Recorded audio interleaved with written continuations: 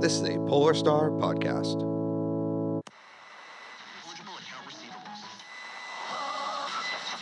Do you want to be great? Do you want to be open? Just bring yourself and add emotion.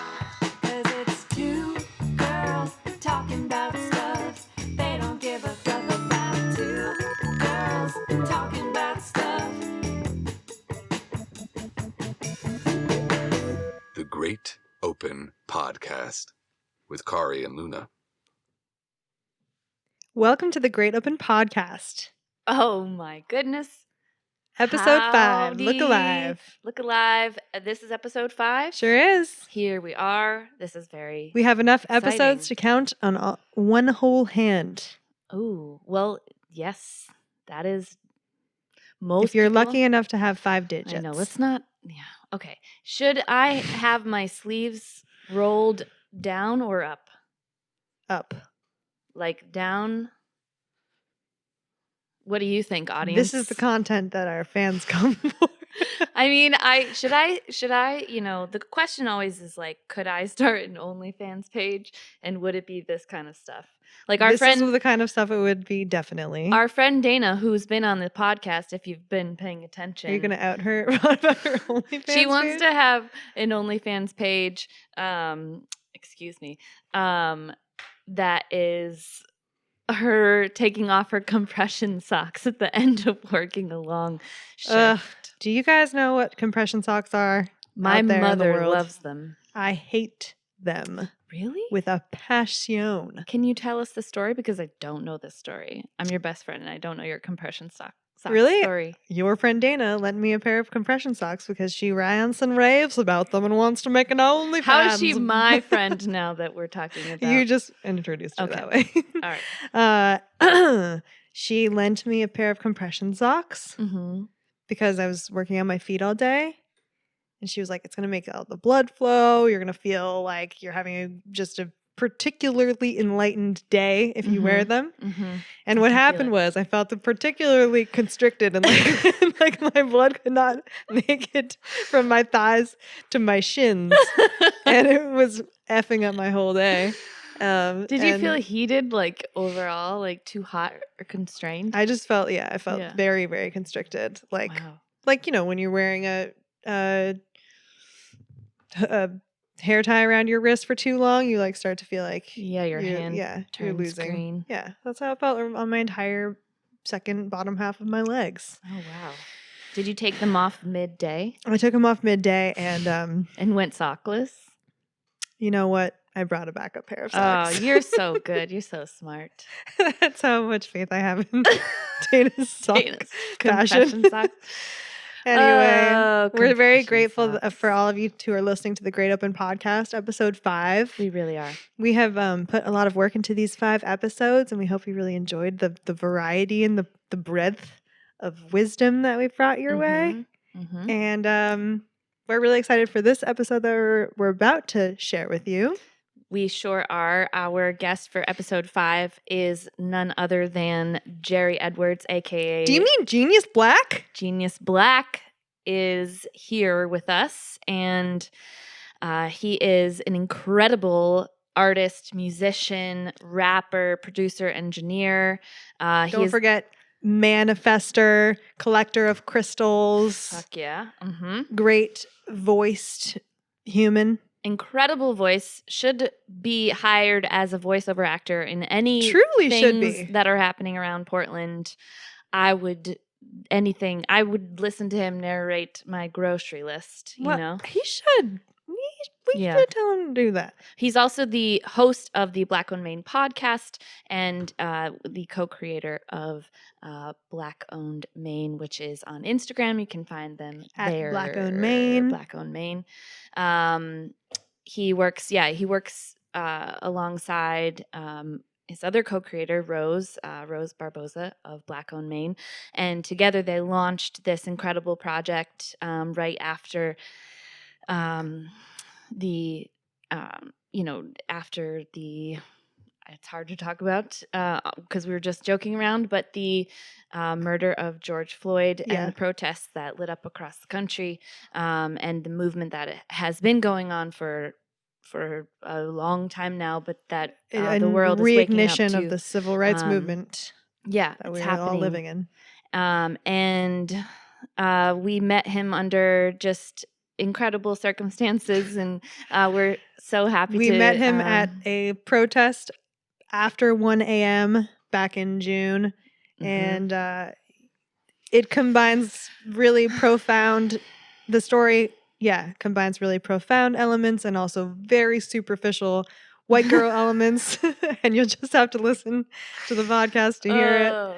But I mean, it's not my fault that he's super hot and super smart, and anyway. Yes, he is, and he's You'll our first. find He's out. our first male-identified human on the podcast, breaking glass ceilings here, the Great Women Podcast, and our first person of color, and represented Black Owned Maine here, and we were very thrilled to have him. And he got each of us a crystal that he personally picked out of his collection. He personally picked it. Yes, no, and had descriptions coming along with the crystals, and I got aventurine, green aventurine. Do you remember what yours was?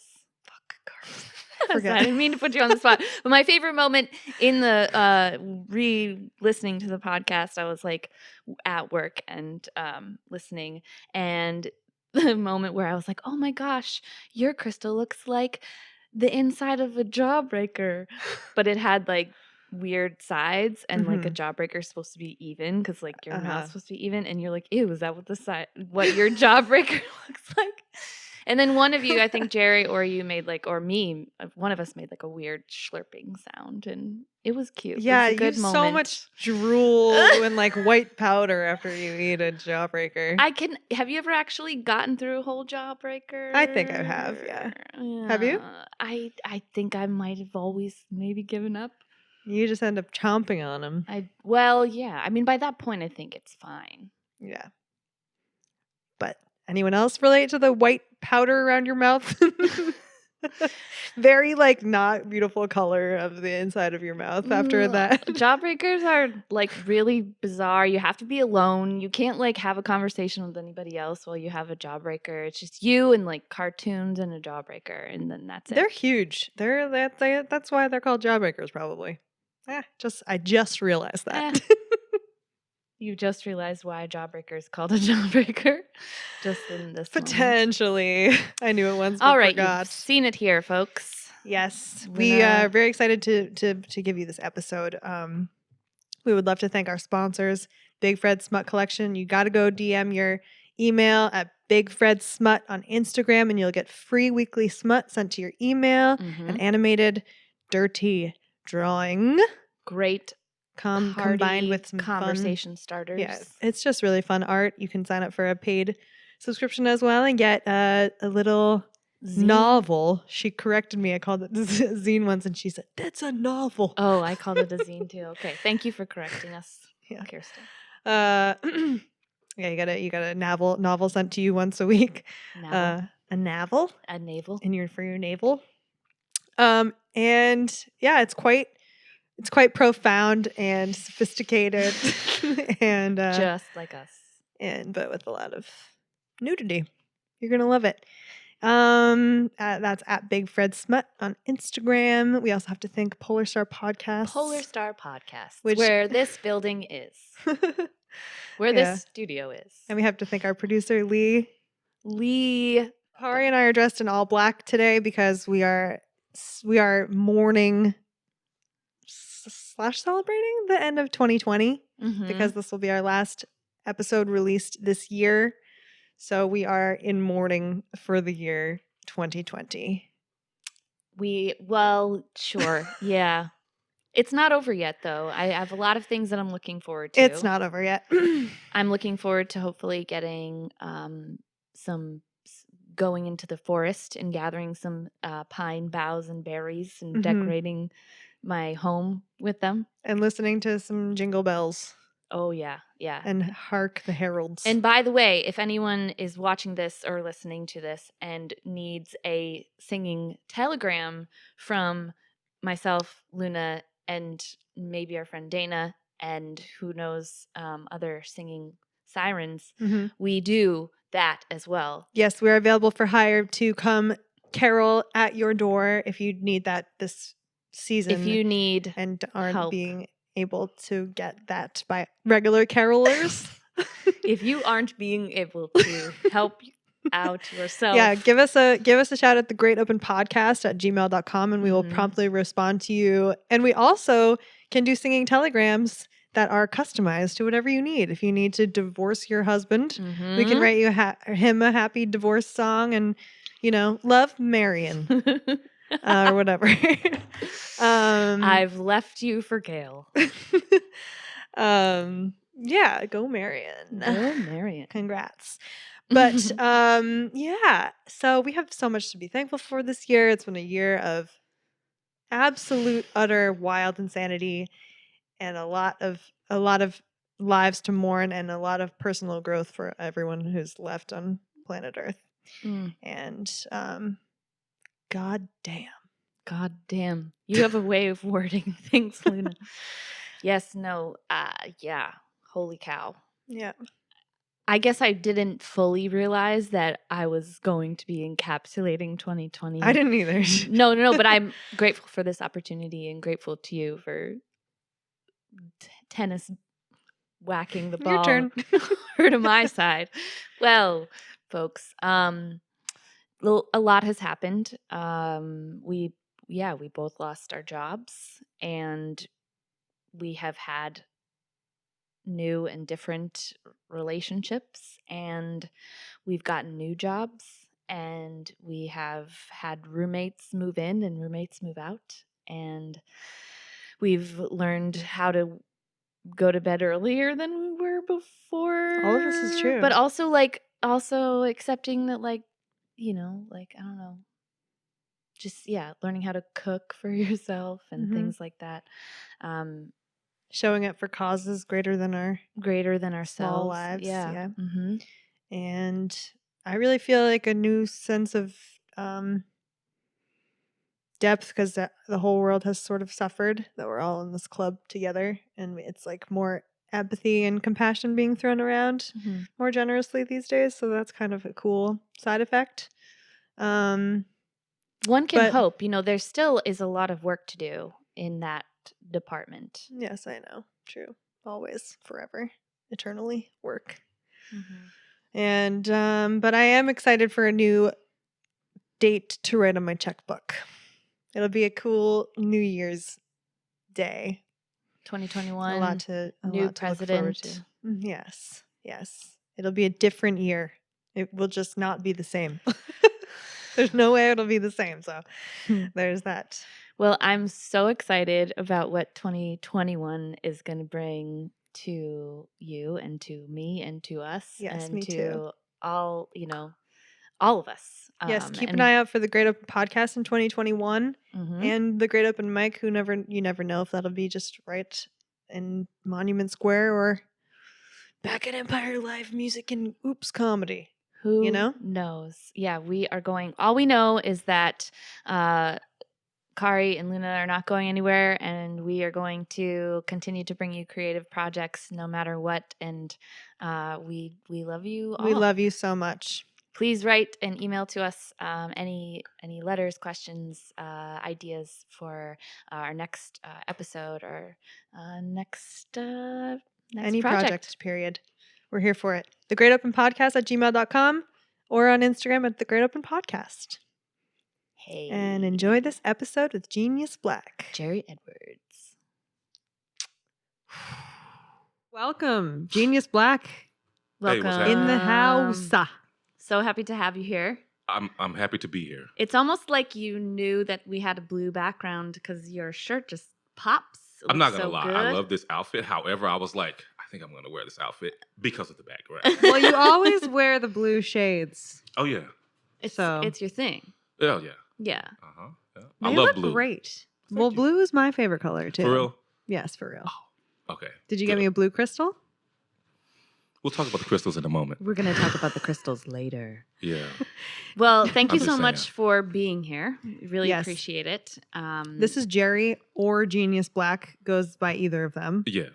So we'll see which one flies out of my pie hole throughout this whole podcast. I'm gonna probably duck when it flies out because the way you said it, but that's what's up. Oh, snap. But you're Real Genius Black on Instagram. People can find you there. Real Genius Black, yeah. And you are also one of the co-creators of Black Owned Maine. Correct, yeah. Yeah, Rose Barboza is the founder and the kind of visionary who came up with the actual online directory of all the Black-owned businesses and kind of the vision around, like, okay, what can we do with that? And she happened to snag me, a longtime friend of mine, day like one of actually putting it out and was like, yo, start talking about this online. And what do you think about this? And I was like, yo, this is super dope. Like, let's do this. And so, yeah, it kind of literally exploded overnight. So we go by co-creators because we continue to kind of create and do the business. But realistically, she really was the visionary. Like, it came out of her mind and her spirit. And I was just like, yo, I already know. Yeah, for sure. Yeah. But you have really become kind of the voice of it in many ways. At the beginning, Rose was like, I'm not trying to be on camera, yo. Like, you do that. And I was like, yeah, fine. She was like, oh, these people keep calling us. I was like, cool, I'll do this interview. But she did interviews. She was on camera and stuff. We've been on TV, NPR, a lot of stuff. And I think I'm hella extroverted compared to her, right? So it is interesting. There's this perception of me being the voice of Black Owned Maine. But what's interesting now is, like, today 2 articles dropped. One in the Phoenix and one in, let me get this right. Actually, like, News Center, like, it was actually on one of the local news stations. There's an article there as well. Really focused on Rose Barboza. Not to say that it's not the overall company. So it's interesting. She's also been celebrated. She's an amazing woman. She's a beautiful, intelligent woman. She's definitely been celebrated as well. Yeah. And a woman of color from Maine, right? So she's taught me so much. So it's been interesting. We play these different roles. But yeah, I'm definitely like the loud, like, what up, social media? I'm on this video, blah, blah, blah, busting angles. Yeah. I mean, you're a performer, so that makes sense. It makes sense, yeah. And I had the pleasure and privilege of going, I went with Rose and Jerry to Yachty Team. Shout out to Yachty Team. Yeah. And we got some amazing food. Oh, so much food, yo. It was so good. And, we each got like a different thing. And like, yeah, it was amazing. But I got to witness you two interacting, and it was really cool. Like, they were just the ways that you complement each other. You seem like a great pair, great working relationship, friendship. It just seems to really make sense. Well, I'm actually really glad that you got there to go to Yachty Team with us because the food was amazing, and I feel like a lot of people don't even know, like, what's up with that. And yeah, it's interesting. And they have vegetarian options. Oh, shout out vegetarian options. Shout out vegetarian options. No, for real. I mean, I don't eat them, but you know what? I do. That's what I'm saying. And people need that. Yeah. We need a lot of things. Like these crystals I'm going to gift y'all in a minute. Ooh. I really am excited to talk to you about crystals. We're going to get into it. But what I did want to say quickly here is that it's interesting. Rose is such a, like, information person. She does all this research, and I'm like an intuitive person, right? So it'll be like, let's go do this thing, and I'll show up like, ugh. And she'll be like, did you read this shit? And I'll be like, read what? Whatever, right? Like, I'm an intellectual person, but, like, I don't know, just my approach to things, we have very, like, almost drastically different approaches. And then people always think we're, like, married or dating, and it's like, nah. Like, it's not like that. Like, it's, so it's interesting. We do have a certain dynamic. We're very different, but I do think we complement well. Totally. And I think we have a certain amount of trust. Like, before we even, like, she was in school. I didn't even know she was going to school for marketing and stuff. Like, it was crazy. One day she was just like, yeah, I built this website, blah, blah. I was like, you did what? When did you, what are you even talking about? How do you know about all this? And then so it's funny. Like, I'm an engineer, and I record, and I do production and music. And so, like, I do a lot of the, like, media creation and stuff. And then she's just mad smart with marketing and all this stuff. So when we get together, it's just like, bam. Yeah. I mean, that's why you've been successful. I'd say that you both made of it our past personalities. 10,000 followers on Instagram within, like, a day, it felt like. It was crazy. I mean, it was exactly what Maine needed, being like, what the F word are we supposed to do? We can curse on this podcast, but... Well, we can? Okay. Yeah, we can. I mean, What the fuck are we supposed to do in Maine with this, like, revolution kicking off all these protests and feeling like so small in this city and in this state? Like, I will attend all the protests, and I'm here for this town. And but what else can I do? And then Black Owned Maine sort of popped up. If you're like, I want to change where the money it goes. And so how do I do that? And the directory just made it very possible. And I hope, and I would love to hear from the businesses how much of an influx they felt after the directory was formed by Black Owned Maine.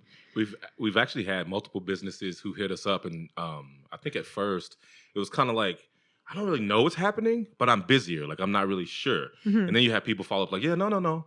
It had, at least some of it had to do with you guys. And not to take any credit from the hard work that these businesses obviously have been and continue to put in, but we really have had some people hit up and say like, nah, like I've actually like this percentage of growth quite a bit. And then now multiple people are literally verbally telling me that they're getting this information from your directory. Totally. So once we start getting, and I started hearing from Rose like that she was getting that, I was like, man, all this other stuff is cool, being on TV, social media, like that's all super dope and fun and kind of explorative.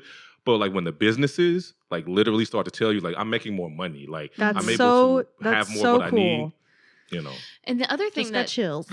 Yeah, for sure. Yeah. The other thing that Black Owned Maine is doing is also providing grants to some of these businesses. Is that still correct? Yeah, so we do have, there's 2 grants. We're actually changing the nature of the business grant, so I should say that it will be different, but in the past, for a couple months, we were giving these micro grants, $700, $800, depending on the business, and giving that money out to businesses that are BIPOC owned. BIPOC, I'll say that a bunch, if you don't know, Black, Indigenous, people of color. Or any of those things. So these BIPOC, at least 50% BIPOC-owned businesses, we were offering them if they were struggling through COVID. We did 1 month. We actually awarded it to a business that was pivoting, and because of COVID, they had to change what they were doing in their offering. And so that's actually where we were awarded the grant. Actually, that was Liza, which was super dope. She's a massage therapist, and we got a lot of really dope feedback from her about, again, the attention and what like actual business it was bringing her. So again, that felt amazing. Now we're going to, again, be pivoting and changing that. I won't give you any of the details. You'll hear about it soon. However, we also have family grants, which we've been doing monthly, sometimes more than one. And that's cool because there are also BIPOC families that are struggling through COVID. And we're able to, smaller grants, but like, with a bill or if you have a big electric bill or something like that. And again, just like the people who went for our directory, like what can I do tangibly? Like for real, forget the arguments, forget people wondering if this is racist or not. Like above all that, boom, create action, right? And so for us, we just really looking for ways to do that. We have more partnerships bubbling as well. And really, I mean, changing where the money goes is like so important.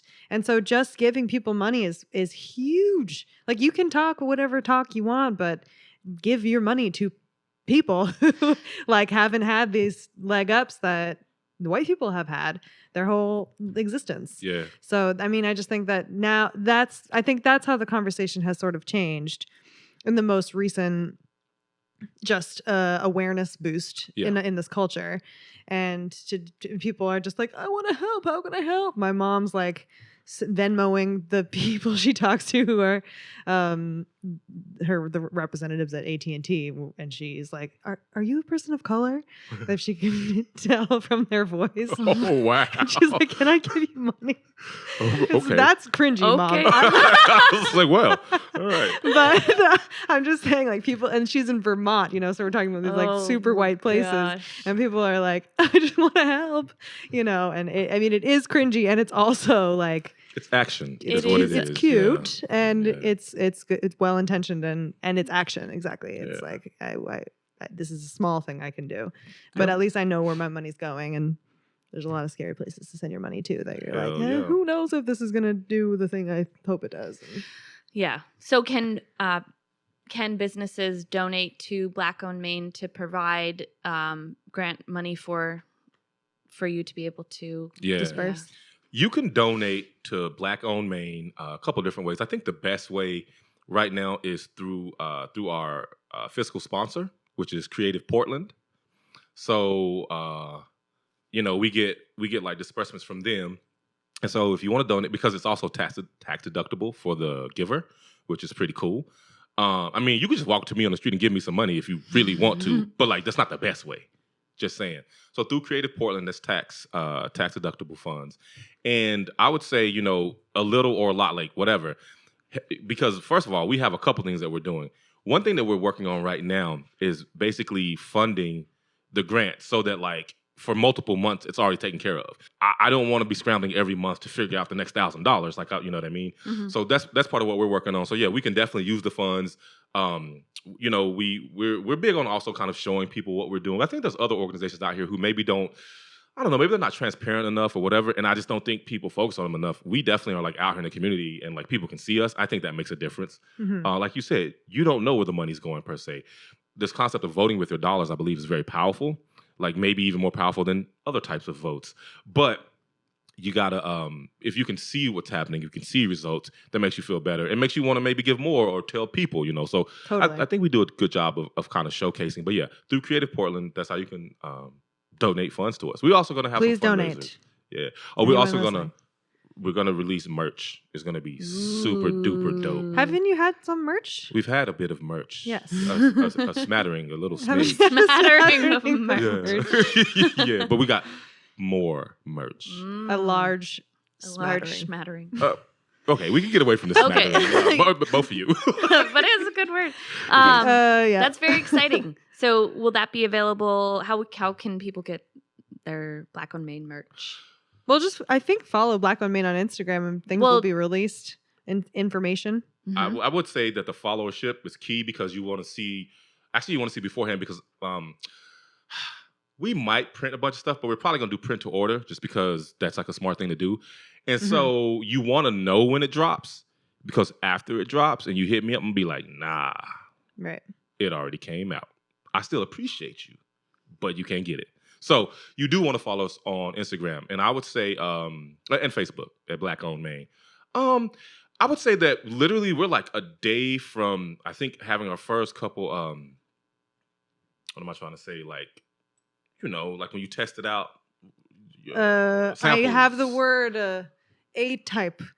Type. Wait. Prototype. Prototype. Yeah, Ah, or sample so or whatever, that type fun. of thing. Yeah, I like that. We got there. We got there. So that's going to be happening really soon for us. So I guess I'll say this. Once we're ready to drop it, if you follow us, it will be very obvious how to acquire the merch. Okay. Yeah. Okay. yeah. Sounds All right. good enough for me. Was there like Black owned Indiana or Black owned somebody else that any other state that Rose got this idea from, or is this just from her beautiful mind that Maine needed something like this? I believe it was just from her beautiful mind. Mhm. I think that we've seen some things. Like I remember she was telling me early on about I think there was a list out of like Boston or something, and it was just incomplete, basically. Mhm. And one of the things that she talked to me about early on was like there are directories like kind of at a national level, a couple different states and stuff. You know, there's more now, right? After this kind of awakening. Mhm. But she was just talking about how they're incomplete. Like you might go to a national directory and like all these states are represented in all these organizations, and like literally, like the letter M might be there, but like there's no Maine at all, Mhm. right? And so it's I don't think that she per se saw the same thing we do somewhere else. Again, she just noticed the void. Yeah. Mhm. And the way I always tell people, as soon as she told me, I knew it was brilliant. I was on board. And I've never been part of something that filled such a void that was needed. And because there was a void and we filled it, there was this vacuum of money, attention, resources, Yeah. support, positive energy. Because it was just like, Totally. that was just supposed to be there. You know Supply what I mean? and demand. Mhm. Yeah, for sure. Lots of demand. I have a question. You will supply. If there is someone listening to this podcast and says, "Hi, I am a Black owned business in Maine," what is the process like for them to get into the directory? It's actually a pretty straightforward process. Thank you for asking. If you go to blackownedmaine.com, I've noticed that often when I say it, even in my over articulation, it's hard to understand. So think of the portion of Maine owned by Black people, except we call it Black Owned Maine. Blackownedmaine.com. I don't know why people wouldn't be able to understand you saying that. All the time. And I always have to be like, you know, the part that the Black people own. And then their eyes go, oh, got you. I don't know. So that being said, if you go to our website, you actually can just sign up for your business. I would say please answer the questions because sometimes people be like, oh, here's just a little info. It's like, no. We didn't ask you for a little info. We want the info so we can get you on the directory and you can get more business. So be thorough. Oh, that is so and, funny. Be thorough. Yeah, and if you have questions, you can hit us up. But yeah, actually the process is pretty straightforward. Cool. Yeah. Awesome. Genius. It feels right now. Feels right now. Do you want to talk to us a little bit about how you ended up in Maine? Yeah, for sure. Because you were not born here. No. You're from Texas? I'm from Texas. I'm from away, as they say. From away. Yeah. You're from Texas, which I also want to know what Texas is like. But I love Texas. I am Texas. It made me. You know what I mean? So like, home is home. You know. Yeah. How did I? The question is how I came to Maine. Yeah. I really came to Maine to go to Bowdoin College. Shout out Bowdoin College. Bowdoin A lot of people go College. there. Yeah, polar bears. So, like, literally, when I was in, okay, I'll tell you the story. Let's hear the story.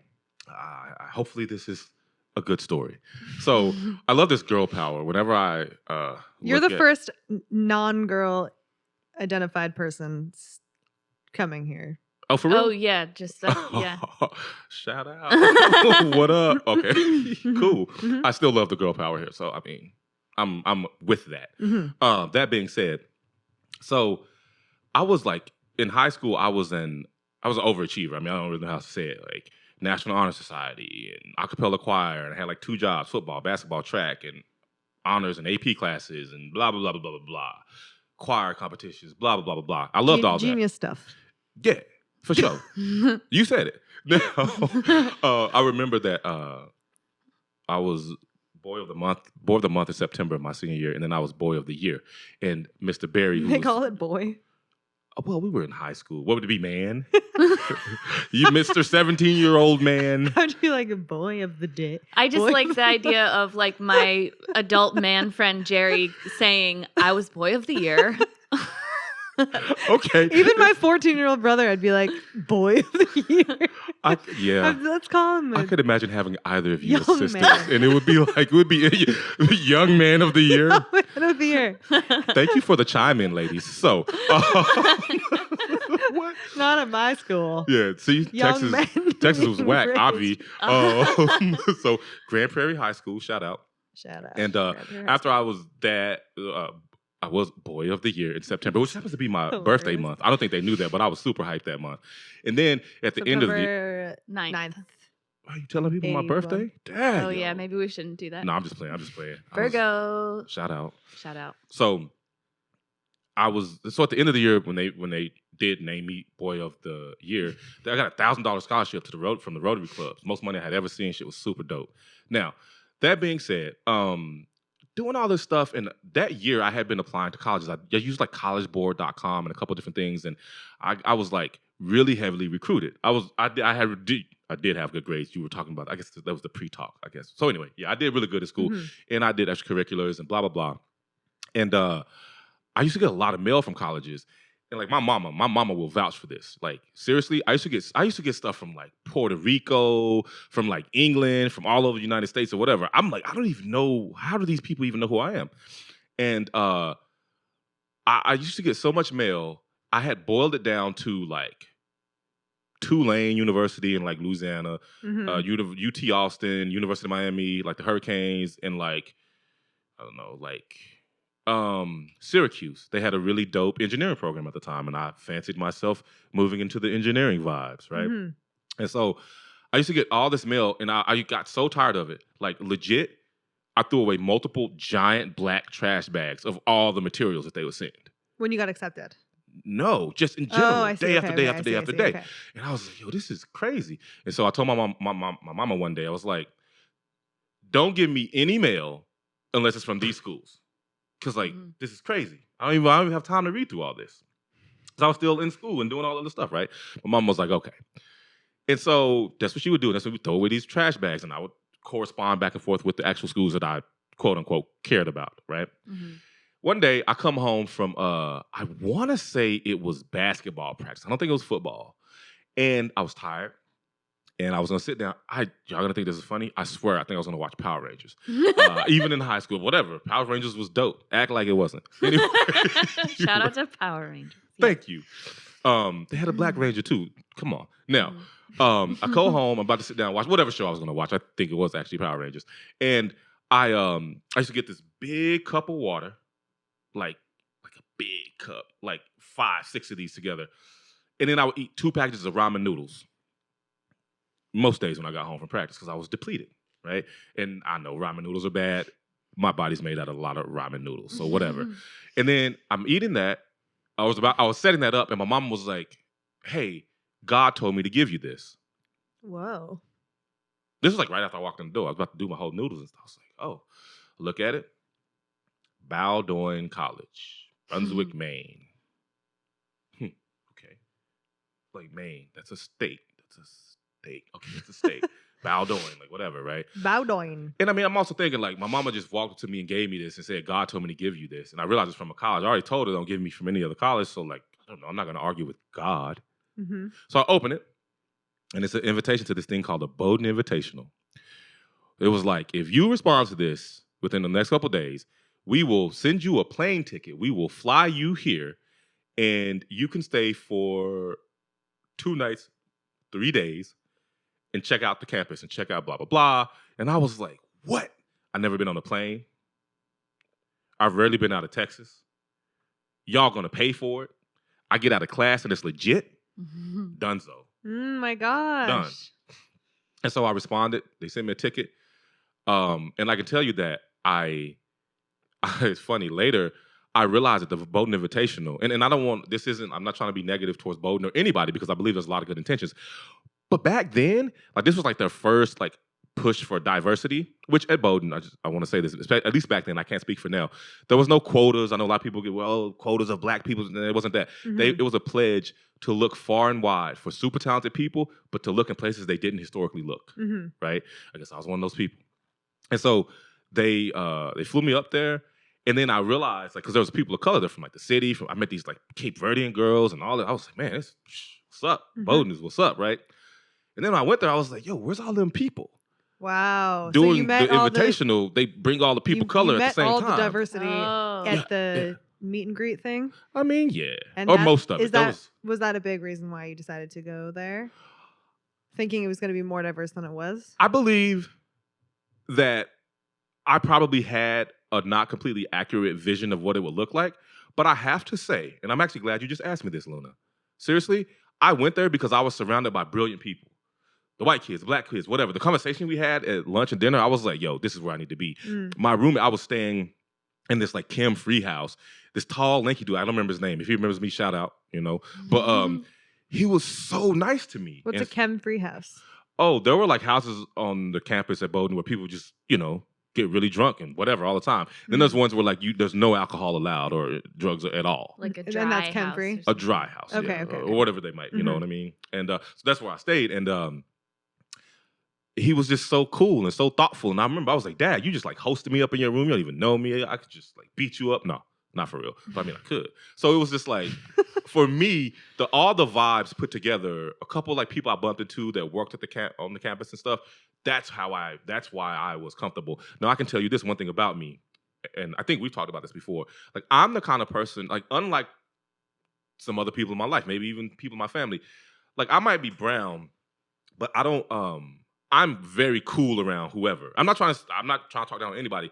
Like my daddy used to tell me this when I was in college. Like, Jerry, you know, I'm glad that you're the one that's up there because there's other people that wouldn't be able to. Like, it would be too weird. People say ignorant shit. They actually think that it's all legit. Some people just like pop off. That can't always work. I do a little better than that usually.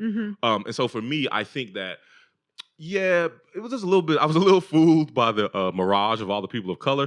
But I can't say that it was like, I don't have a negative feeling about that. I found it wasn't the most like what the fuck. No.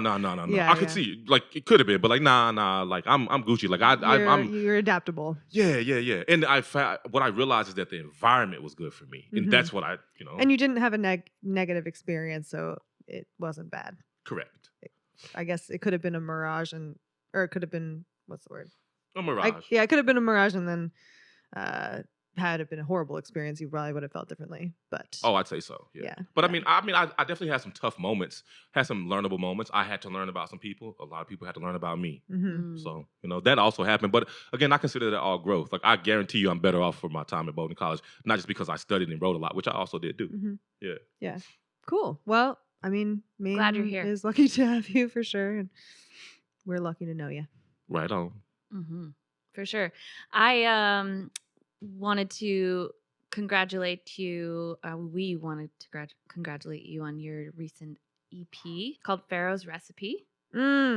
Shout out Pharaohs good. Recipe. Shout out Pharaohs Recipe. You can go to Spotify and iTunes. And YouTube and Tidal and this man raps everywhere. as well as speaks. And is a producer and engineer, audio engineer, excellent collaborative artist to work with. I can speak from personal experience.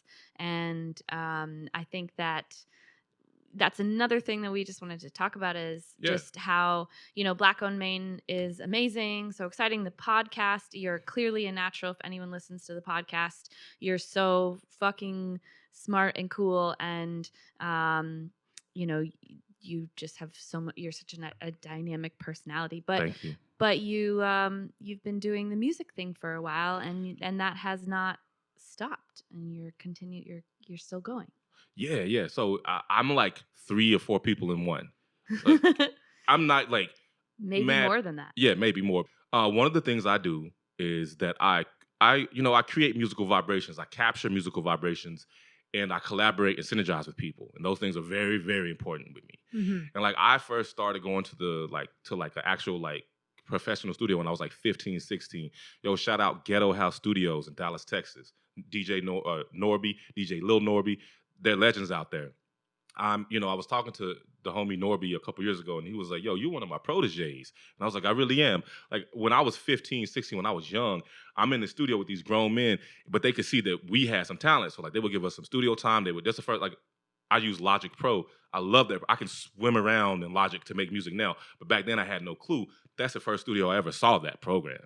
Like, that's the first time when the homie Killer Kill was downstairs trying to roll some weed, and I was upstairs with these rappers, and he was like, yo, just keep hitting this button so the beat starts over. I was like, word, I'm running the session. You got me messed up. I'm starting the beat over again, right? So it was one of those times where, like, it was one of those first times where people also, like, trusted me and could see that I was, like, on a vibe and able to, like, back and forth with people, right? Yeah. To be real, one time I was in the studio, and I don't know if it was Norby or the homie Killer Kale who was recording me and this dude Patrick and a couple people. And we, at the end of this song, we was doing this little chant, and I added this little, like, almost like a little beatbox sound or whatever. That was just supposed to be there. And I will never forget how, as a rapper, is why I'm standing in there, like, we was on the mic. And then afterwards on the playback, the homie was like, yo, who's making that sound? They're like, I was like, I'm listening. And then they was all like, yo, that's genius. I was like, yeah, that was me. Like, am I in trouble? Like, what's happening right now? Like, you know what I'm saying? And he was like, yo, you're a producer. You're a music producer. I was like, what? Oh, the vision shit. Is that how you became interested in engineering? Like that story? No, that's how I became interested in producing. But producing and engineering, like, will go in hand in a lot of ways. Yeah. But, okay. Well, I guess sound engineering. Which is always what I associate with engineering because I'm music affiliated. Well, maybe you can explain, because you and I have talked about this because I really wasn't clear on this, but maybe explain to some of our listeners who don't know, what is the difference between an audio engineer and a producer? Oh, absolutely. We'll start with the producer. Like, I'm going to take this copper ball and sit it right there. Okay. So as a music producer, I might sit at my MIDI controller and, like, literally be like,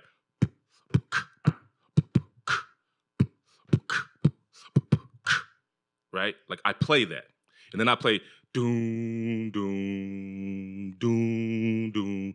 And then it goes together. Then I add, like, some strings. And then I'll be like, Genius Black popping off. And then I let the beat start. And, like, I put the vision of, like, the flow of those sounds and stuff together. I consider producers visionaries. Now, sometimes they play, sometimes they don't. It was always famous, P. Diddy back in the day was always famous. People like, he didn't even make those beats. I'll be like, well, he's a producer. Like, he's not telling you that he's making all the beats. He's bringing in dope musicians, and he's creating a vibe, and he's getting rid of the people that are troublemakers.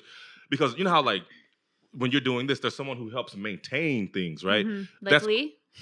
Shout out Lee. Shout out to Lee. Right. And I think maybe in this, I don't know if y'all are considering that production or engineering, but because like you said, it's overlapped. Production.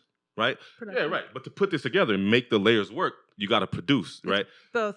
in this situation. Yeah. Absolutely. And that's why I said you're accurate when you said they often overlap, but they really are two different hats, which is something I had to really learn in college.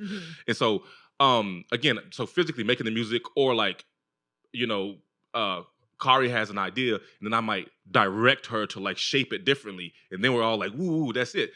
I added some production stuff, but obviously she's the artist and the talent who's actually making the sounds, right? So a lot of times it's like shaping and zhuzhing and like creating a vibe, getting rid of things. Like I'm deft with the delete button. Like I'll make beats with like 10 layers. You'll never hear 5 of them. But what you hear will be potent.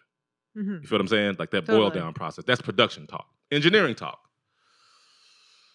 Kari's going to sing something. Let me pick which mic I think will capture the tonality that we're looking for. That decision is an engineering decision. Right? Yes, producers do that, but that's engineering. Having that knowledge is helpful for producers and vice versa. 100%. Yeah, totally. So those are kind of like two different hats. Different for being a rapper, different for being a songwriter, different for being a musician, though there's all overlap. Yeah. Yeah. You're working on another album as well? I am. Or are we not talking about that? We can talk about it. I hear that. Thank you. I was just going to say Pharaohs Recipe for me was my first like Genius Black album that I put out. So I'm very proud of it. Y'all should listen to it. It's 15 minutes long. So the whole thing, it's 6 I listened hours. to it while I was getting ready today. Yeah, okay. Definitely. It goes by, right? But there's also a couple songs that make you want to smash that repeat button. And shout out to our friend Angelica, who is featured on your album. She's featured on Best of Me. Best of Me. Best of Me is really outstanding. It does feature Angelica Pharaohs, like just really going in on the vocals and just like doing some cool stuff. Like she doesn't even say that many words. Everybody I know sings along with her, which I really believe says something about a song. You see what I'm saying? You can catch that word and then she just goes. Yeah. Also, I did a lot of that beat. Shout out DJ Matt Perry, who co-produced that with me. Yo, seriously, DJ Matt Perry, the transitions, the little like bells and the chimes, and then he helped me shape up the bridge. If you know the bridge, when she does like the little robotic voice, like without DJ Matt Perry, the song just wouldn't be what it is. Also, Bill Giordano rocked the bass line on that. I'm just trying to think. Oh, Ben Noyes, all the cello work. All the cello, he came and put it down. It's so good on that track. So yeah, that one, if you like for real, if you want to just get a flavoring, a small smattering of my vibes from Pharaohs Recipe, check out Best of Me. Check out Best of Me. Awesome. Next album, Gem City, like Gemstone, except not Gemstone, just Gem. Gem City. 4 songs. I'll say the names of them. Scoliosis, Fire. Sorry. I can't say that song is incredible. Like that is gonna like explode, I think. Thank you. I think that as well. I'm on the vibe, but I'm telling you, it's fire. And then She Is Real, just super dope. And then let me think now. Scoliosis, She Is Real. And then is Head Down on there? Yeah. So I made this song with the homies. With Tiny Foot, with Shane Rise, with Drill. I think the homie Shamik the God is penning a verse, maybe as we speak, right now. Right now. Which just means there's just blazing fire coming off. Shamik's nasty. So it's a song about people being hypnotized into thinking that they are safer than they are. I'll leave it at that, super fire. Nice. And then the last song, which is really one of my favorite songs that I've ever been part of, which is called Watermelon Tourmaline, which is featuring Kari. Miss Kari Haji. Yeah, it's Kari super, Haji. super Don't dope. ever say I've my never said that name. I was actually going to say, like, is that a thing between y'all? No, Like, that talk about cringy. That was like weird. it rhymed, but that was the only good thing about sorry, it. Sorry. Okay. Yes, Watermelon Tourmaline. I had the pleasure So of good. working with Jerry making that song, Yeah. and I'm super excited about it. We'll have to play it on the podcast when it gets released. Yes, For sure. only after it's released. Of course. Because I'll have to come through. Except for it's already stuck in my head perpetually. I know, it's so good, yo. Can you hear it in her I head? was dancing into the camera. I love that. That was good. No. Um, Well, hold on, wait. Can we okay. pause? I want to give y'all these crystals. I was gonna say, we're talking about Watermelon Tourmaline is a good segue into the crystal. Yeah. Crystal giving. Yeah. Okay. happened. Okay. So officially, all right. So I do not have Watermelon Tourmaline. If you don't know what watermelon tourmaline is, Very important. Goog that. yeah, seriously, because tourmaline is beautiful and powerful, but watermelon tourmaline is amazing and rare. However, it was discovered in the state of Maine. Mm-hmm. Shout out the state And of then, Maine. like, the next day, we went to TJ Maxx or something, and you found a shirt that was the color of tourmaline with watermelons all over it. So it was just Oh no, the universe dribbled this out to us. There's the no universe doubt about dribbled, it. Yeah. dribbled So- this out. First, Luna. That's gonna help you. No. I know what's going on. I'm just wondering Okay. the right vibe to give you this in. Okay, all right. Boom. Okay, why don't you tell me what? Do you want to tell me what it is before I look at it, or should I just look at You it? can look at it all you want. Feel it. Look at It it. feels great. Can you please give this to Kari? I'll barely touch it, Kari. Okay, I'm okay. just gonna skip you. It's okay. It's all love. But I saw your hand reaching for it. I was like, I don't know. Oh, it's so pretty. Oh my gosh. So I will share with Jerry, y'all. This Isn't is that one? beautiful. Mm, Oh my god. There's like 18 sunsets in here. It's quite Aw. beautiful. Yeah. Holy I picked these moly. both specifically for y'all. I want you to know. I have this process that I do. All the magic people are going to be like, that's not how you do it. Whatever. I'll be like, yeah. For me, when I go to get crystals, I just kind of like really let my intuition take over. Like I don't like read about all of them. Definitely don't know what they all do. So I kind of let my eyes guide me and then feelings. And like if there's like a stack of, for instance, like that agate, I'll grab a couple or I'll look through them and I wait for ones that jump out to me or like that I feel. Now people might think that's crazy. I don't care. You could think I'm crazy. I think I think that makes perfect sense. Yeah, I think that does make perfect sense. I'm on it. All right. So that one, which is so interestingly, it was in the wrong container. And I perceived this. This is really weird. So I was like, oh, there was this really pretty, actually, just real quick, I'll show you. Do you see that one? Yeah. It's pretty, right? That one on top there? Yeah, it's pretty. Yeah. It's not yours, but it's pretty. Mm-hmm. So my eye went to it, and I was like, yeah, nah, that's not what I need, right? Move around. I was like, oh, look at this little pink one. In that one, these are banded agates, and it says that it's about stamina, grounding, love, root chakra. I was Oh like, my god. hold on. We're not to the right one yet. That's not the one for you. Oh. It was gonna be. And I was like, everyone needs I do grounding. need grounding. And the root chakra just like in control. Yeah. Okay, stop crying, Luna. That's not my crystal. But I was there. I was like, yo, this pink one, I don't know, man. I don't think this is in the right place. I think it looks more like those. So I talked to the lady there. She was like, oh yeah, no, that's in the wrong place. People moving around. I was like, I was drawn to the one pink one that was in the wrong place with the agates. And so the actual pink, so agate, let me see, pink Botswana. This one is about balance, emotional and physical intelligence, energy, and heart chakra work, Mm. actually.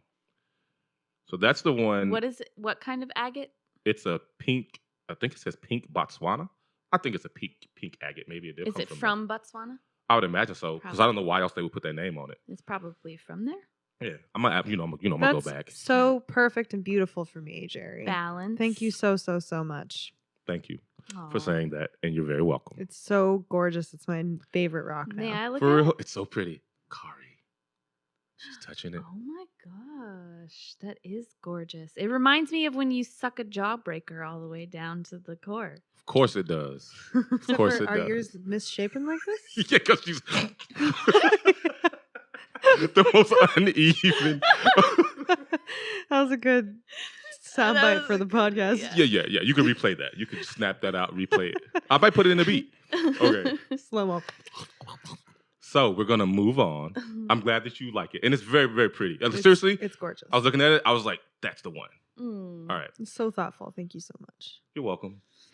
Now, in the box of the ones for you, Kari, I almost picked a different one, and I do this thing where I might pick up 3 or 4, and one jumped. Like, I was no, and there was 2, and there was one that was really pretty, and it had this like anomaly in it that was really dope.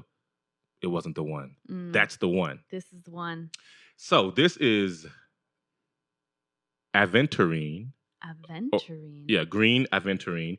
And it is about healing, abundance, growth, and heart chakra work. Again, Oh. Healing, abundance, growth, growth. and focus on the heart chakra. That is amazing. hmm Thank you. Thank you. I love the It's kind of tourmaline color. It is a bit of a like turquoisey color. It reminds me of jade a little bit. Yes. Mm-hmm. Yep. Yeah. You can see through it a little bit, but not really.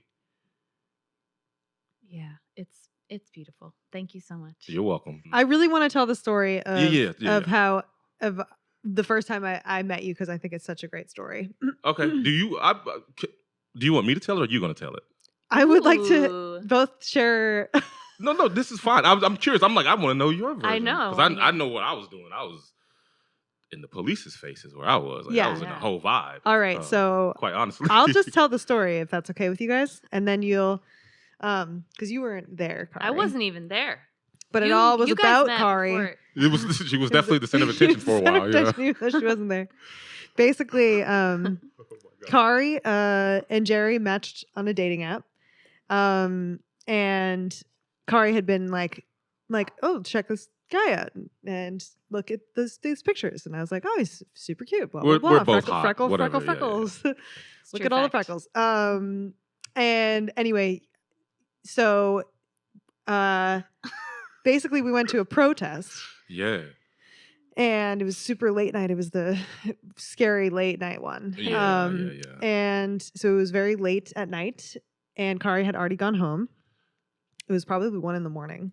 or later. It was, yeah. And Kari had already gone home, and I was with the rest of the crew.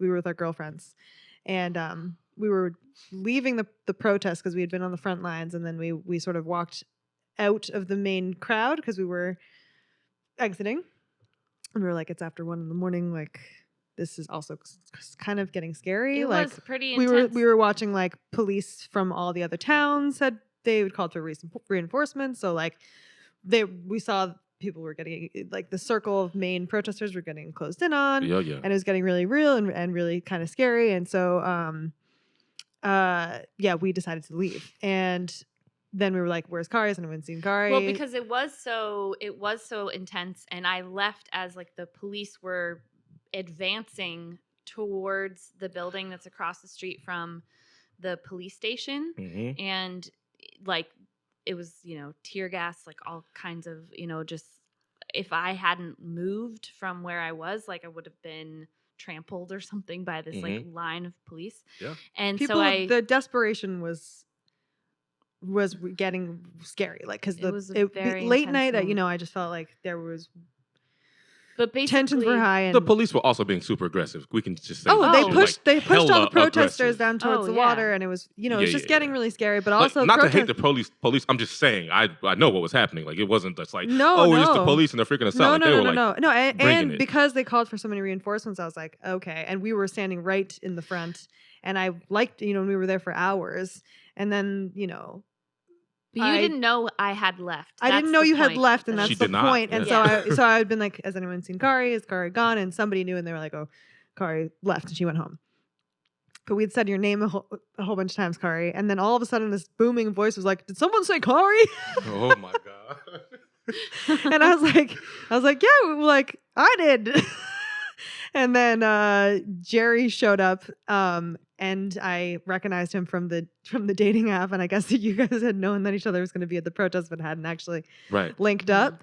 And then Jerry was just like, "Is she a girl? Like brown, red hair is what happened." Yeah, oh my God. And I was like, "No, she's definitely not a redhead. Like I would say brown, like brunette." And then you were like, "Well," and then our friends, like me and these group of 4 other white girls, were just like arguing about what color hair Kari has at the 1 a.m. protest. And I was definitely like, I fucked this up. No, you were such a good spirit. In that time, you were smiling and you were just like, this is hilarious and ridiculous and great to meet all of you ladies. I woke up the next day to a text from you saying like, I met your friends last night. And I was like, what? And then I think Natalie had texted saying like, Jerry's great. Or all of you were like, Jerry's so awesome. And I was really confused. I just remember like me being such a challenger and stubborn twat. I was just like, no, there's no way she's a redhead. And all of my friends being like, yes, like somebody could say Jerry's that there's like, is she here or there is, not? like, I'm gonna go. glints of red in the sun, and I'm just like, but I wouldn't say anyone would just go ahead and say that she has red hair. Yeah, no, she It was just, definitely like, in that so vibe. ridiculous. Oh my god. I love the story that you told me about your daughter Michaela getting you motivated to go out and protest. Do you mind telling that story? I don't mind at all. Yeah, so it's funny. That protest was like the late night protest Mhm. when the police did not want you there, and they was there to be like show force or whatever they do. Mhm. No, that's what they're attempting to do actually. Mm-hmm. Day before, I want to say, maybe 2 days before, we were watching the news one night. Me and my daughter. My daughter's Michaela. She's 13. Her name is Michaela. She's super, super dope. She's a boss. And Shout out to Michaela. Shout out to Michaela. Hey. And so me and Kayla was like sitting in the bed or sitting in the room and was watching the news. And it was after the murder of George Floyd. And there was just all these protests around the nation. And she definitely just says, Daddy, I want to go to the protest tomorrow in Portland. For real? Like, for real? Like, you want to go protest? She was like, yeah. I was like, you don't want to just go. Like, you want to be in the protest? She was like, yeah, for sure. I was like, oh. I mean, well, dang. I mean, cool. We're going to do it. It's like the middle of a pandemic, and you haven't really been, you had been mostly working from home and staying Oh, for sure. Oh, yeah, because it was crazy. Right. But obviously, it was so charged. And when you witness something so wrong and people just don't care. Mhm. But why do you care? You don't know him, blah, blah, all that. It's like, all right, see, this is like, I can see me in George Floyd. I can see my daughter. I can see my son. I can see my daddy. I can see both my brothers, my big brother and my little brother in that man. Mm-hmm. Right? And so, pandemic or not, and this is part of what I had always taught both my kids. Shout out Jalen. Jalen's 16. You know? Shout out Jalen. Shout out Jalen. Right? Like both of them, like they know me. Like I'm gonna raise my voice. If someone's doing me wrong, whatever, I'm gonna speak up. And they've always seen that example, right? If not always, very, very often. And then they know that that's allowed in this household, right? And so for me, when my daughter was like, I want to go physically because that is also putting your body on the line. Mm-hmm. I mean, that is real, whether people know that or not. I just knew to say yes. Like, I mean, what up? Like, I'm supposed to say no? Nah, Right. we're gonna do that. Exactly. And then I was able to tell her, like, yo, I'm gonna be real with you. I've never been to a protest. You know me. I support protesters, people doing these things. We're not talking about looting and rioting. I know a lot of people, when you say protesting, they replace that word with looting and rioting. That's not what I'm saying. Mm-hmm. So put the word protest back in your mind and stop messing with me. So anyway, as I'm talking to Kayla, I was able to say to her, like, honestly, you know, I support protesting, but like, I've never been to a protest, to be honest. I'm very proud that I'm gonna go to my first protest with you. Aww. Right? And she was like, cool. So now we got to make signs, Daddy. And I was like, did you buy a manual where you know exactly what's supposed to happen, right? I've never seen the manual. And so I was like, cool. So I take these, I call them like my manifestation boards. I got these black, like poster boards, like if you do like science projects in school or whatever, like those black, like, it's like cardboard or whatever. Anyway, I take those and I sometimes write on them with silver and with bright colors to help me like manifest things in my life. We could talk more about that on different podcasts. Well, never mind. Go ahead. Okay. I took one of those, slit it in half, and now we both have, you know, like a sign like this. And she starts writing Black Lives Matter. And I was like, word. And I was like, what can I write that like isn't just what people expect, but it is impactful? And it's me. I'm a creator, right? I'm not going to just write what everyone writes. And that's when it came in my head. Boom. Don't talk, act. Don't talk, act. So that's what I wrote on the sign. And that's now a t-shirt available for sale. Yeah, we got more coming too. So it's actually up in my studio right now, the original sign. But I made that, and she, you know, and she made her sign. And then the next day, we went out to the protest. I had on my Nipsey Hussle hoodie, and we was going through the streets of Portland. Like, it was just during the day. Now, I'm not going to take my daughter out there at 12:30 or whatever and have to do some bad to the police for being disrespectful. But, because that's my daughter. Yeah. I'm just being real. Totally. But we go out there, and I mean, we kind of got to I don't know, not late, but we didn't know where it was. And then we seen, like, probably anywhere from 800 people to like 12. It was like over 1,000 people. I was like, yo, like dressed mostly in black. Talk about goosebumps. I'm like, these Yeah, people is yeah. out here representing like this in Portland, Maine, where they say, oh, there's no racism, blah, blah, blah. Maine's all white. That ain't even the point. Mm-hmm. The point is when something is wrong, what do? Nothing or something. Exactly. Right? Do you act or not? So anyway, we go out there, and we fall in line. And we going around and we saying our chants and we holding up our signs. I actually mostly held my sign backwards so people behind me could see it, to be real. Because I think it's a good message. Yeah. Actually, yeah. Protesting is interesting. You don't know what it is until you get out there, Mm-hmm. right? And so, we did that. I was super proud of my daughter. We took this picture. It went like kind of viral online real quick. It was kind of crazy with us holding those signs. And I got a chance out there at Monument Square to speak on like the bullhorn and just like encourage people really. Like I just told the people, don't let anybody quiet your voice. People, when you really have something to say, there's going to always be a contingency of people who are telling you that you shouldn't be talking. Always. That's when you make sure you talk, basically. Oh my You know God, what I mean? that's a beautiful message to send to give to your daughter. Yeah. She was very proud of me. She big up me, and I know her. She was like, "Yo, you did good." I was like, "Oh." So yeah, it was pretty awesome. And then, like I said, the next night you already know what it was. And that story you both will share forever. Yeah, yo. Yeah. Yeah. That's us. That was part of our reaction to what happened. Mm-hmm. Well, that's a beautiful story, and we are reaching the end of our time here. But I did want to say that put a challenge in front of you potentially as a way to end this podcast. Oh, here we go. Because you are all about manifestation. Oh, for sure. And it's just the only word in on your Facebook page. Manifest. Okay. Is it for real? I'm pretty sure. I mean, knowing me, probably, yeah. Yeah, pretty sure.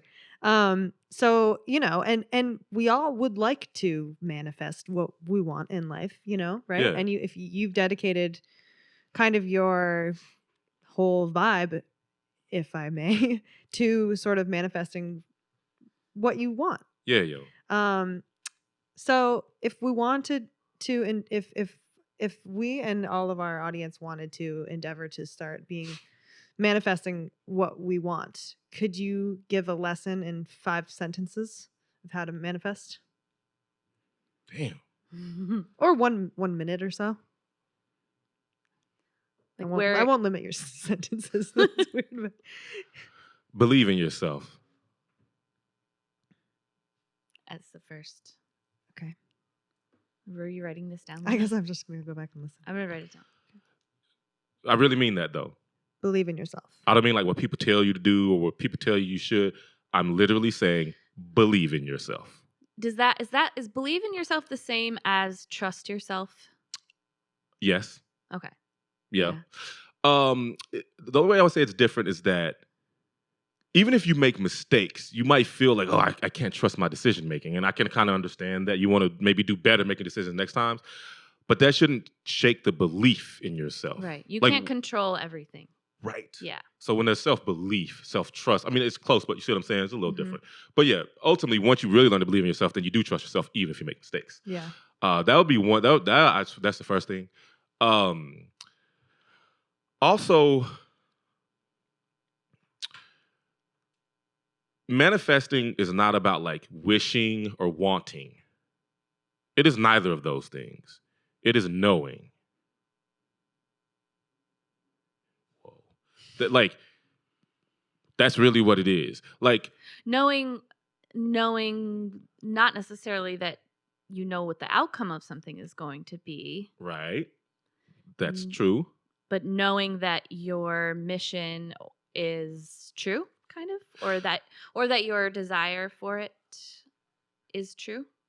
Maybe not desire. Maybe desire is not the right word. Right. So, okay, let's say, for instance, that I want to become this is not my goal, but I will say this. I want to become the most famous music producer in the state of Maine, right? For instance.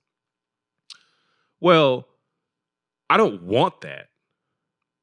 I don't need that. I just know that to be true. Now, y'all might not know it yet. I see what you mean. But I know it. That's where the know that you are the most famous music producer in Maine. I feel it. When I wake up in the morning, it helps get me out of bed. When I make a dope beat, I'll be like, see, just wait till they hear it. Because I know.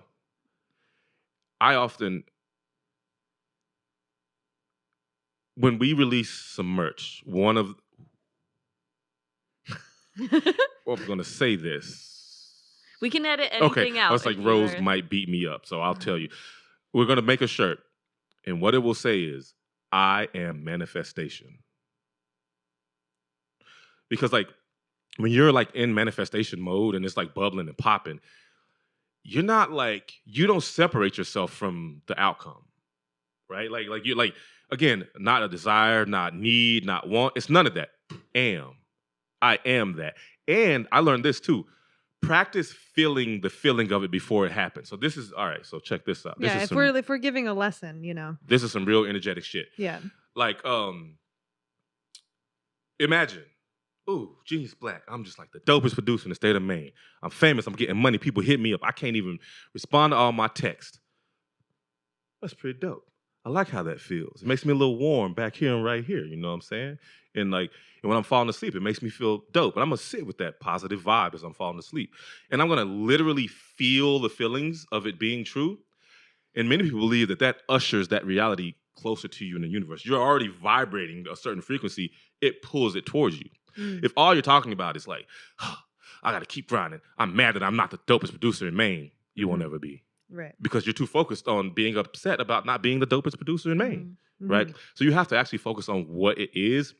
And to your point, leave space. Like, I might be the most famous producer in Maine, but before that, I might start as the most famous engineer. And then that flip into the most famous producer. It's crazy like that. Manifestation doesn't always happen exactly like how you envisioned it, but there's always this truth to it. And it's not always easy. It definitely is not easy. I think sometimes, there's a misconception that if you just say, I'm manifesting it, it's like, no, you still have to work hard. Oh, for sure. And you're not always strong, like there are moments. There are probably moments where you doubt yourself, or I would probably. Every time I go a couple weeks without making a beat, I'm just convinced that I'm whack. Shit.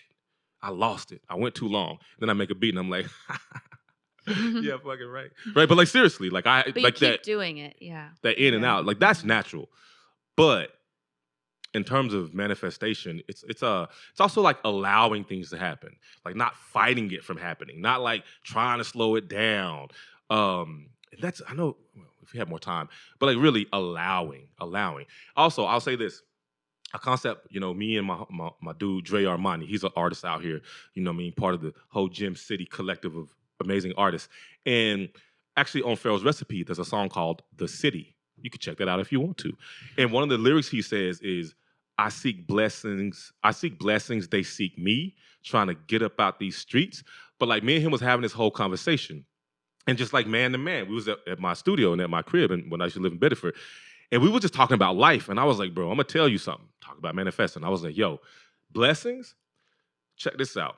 Feel it before it happens. Like, let your body physically feel the emotions that harkens it to you. But also, step towards blessings. Seek blessings. Expect blessings. And they will seek you. And I remember he was like, word, bro. All right, big homie. And then he started writing the song and then he put it in the lyrics. I was like, oh, snap. Yeah. But like, that's a real reflection of life. Like, that's not just like, it's a cool song with big bass and horn, yeah. But like, I seek blessings, they seek me. That's an encapsulated life lesson in reality. I seek blessings, they seek me. That's also just gratitude practice, in a lot of. I'll say that's the different last words. point. Yeah. Gratitude. Practice gratitude. Geez. Yeah. Well, I seek blessings, seek me, I think, is another way of saying gratitude practice. Word. Thank you so much for coming on the Great Open Podcast. You've been great. You've been open. And I have so much love for you. Thank you. And I'm just super happy to see you in person. And I'm really excited for our listeners to hit up Black Owned Maine. Yeah. Both the directory and the podcast. Yeah, Black Owned Maine Podcast. Bomb. And look up Genius Black on whatever streaming platform you use. He's out there. You can find him. And follow you on Instagram. Yes. Real Genius Black. Mm-hmm. Yeah.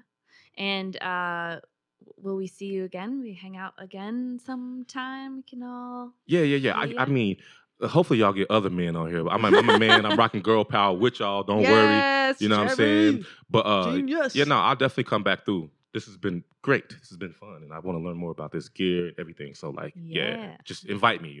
For sure. Well, thank you so much. T-Gop out. Yeah.